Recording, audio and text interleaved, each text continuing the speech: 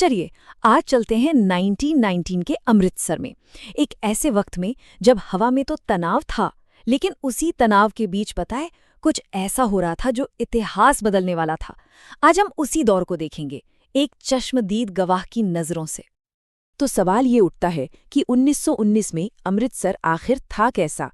मतलब जलियांवाला बाग की उस भयानक घटना से ठीक पहले शहर की फिजा में चल क्या रहा था। देखिए, ये वो दौर था जब ब्रिटिश सरकार ने रॉलेट एक्ट जैसा काला कानून लागू कर दिया था। मतलब बिना किसी मुकदमे के किसी को भी जेल में डालने की खुली छूट। और जाहिर है इसी के खिलाफ पूरे देश में जबरदस्त गुस्सा था। तो इसी माहौल में फरवरी 1919 में हमारे कथावाचक अमृतसर पहुंचे। और पता है, शहर में घुसते ही उन्हें एक अजीब सी घुटन महसूस हुई।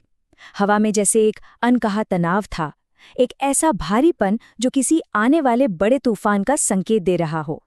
तो इस तनाव भरे माहौल में उनकी नज़र सबसे पहले किस चीज़ पर पड़ी? उन्होंने क्या देखा, क्या महसूस किया? चलिए जानते हैं। स्टेशन पर उतरते ही जो उन्होंने देखा वो चौंकाने वाला था।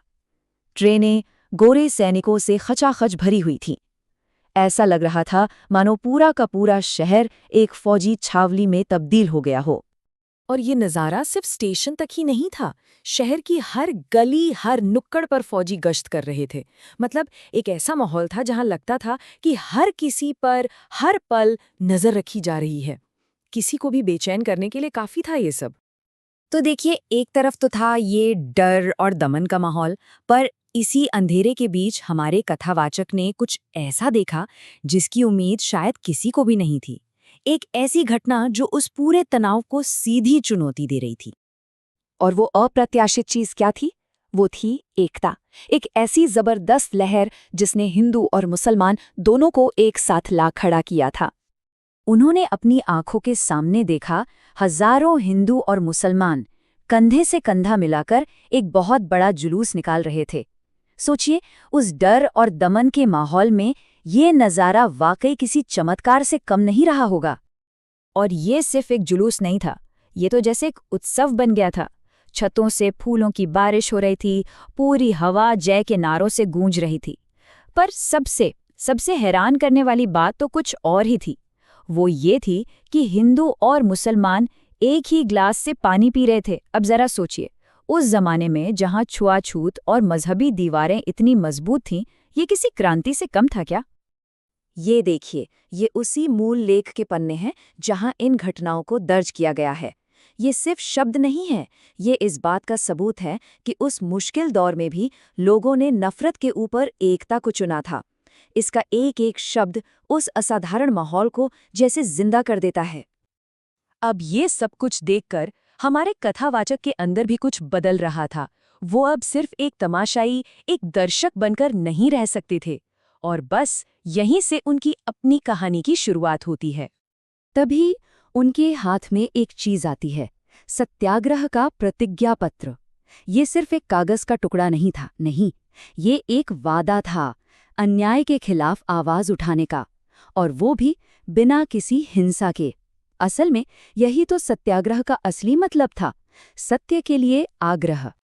और इसकी एक और खास बात थी, ये प्रतिज्ञा पत्र सिर्फ एक नहीं बल्कि 2 भाषाओं में था, हिंदी और उर्दू। ये भले ही एक छोटा सा कदम लगे, पर इसका संदेश बिल्कुल साफ था। ये लड़ाई किसी एक कौम की नहीं बल्कि हम सबकी है।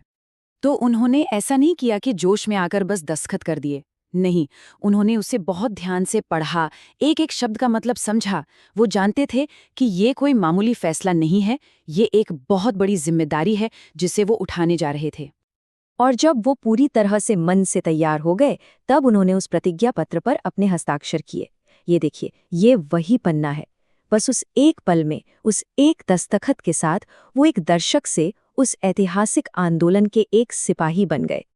ये जो अनुभव था, ये उनकी जिंदगी का एक ऐसा हिस्सा बना जिसे वो फिर कभी नहीं भूल पाए। अपने वृत्तांत के आखिर में, जैसा कि इन अंतिम पंक्तियों में दिखता भी है, वो बताते हैं कि इस अनुभव के उनके लिए क्या मायने थे और इसने उन्हें हमेशा के लिए कैसे बदल दिया। वो लिखते हैं कि उस एकता में, उस यूनिटी में एक ऐसी कशिश थी, एक ऐसी जबरदस्त ताकत थी कि कोई भी उससे अछूता नहीं रह सकता था। और आखिरकार वो भी खुद को रोक नहीं पाए और उस लहर का हिस्सा बन ही गए। तो ये सिर्फ एक व्यक्ति की कहानी नहीं है ना? ये हमें इस बात पर सोचने को मजबूर करती है कि इतिहास में जब भी आम लोग अपने सारे मतभेद भुलाकर एक साथ खड़े हो जाते हैं, तो क्या वो इतिहास की धारा को मोड़ सकते हैं? ये एक बड़ा सवाल है जिस पर सोचना जरूरी है।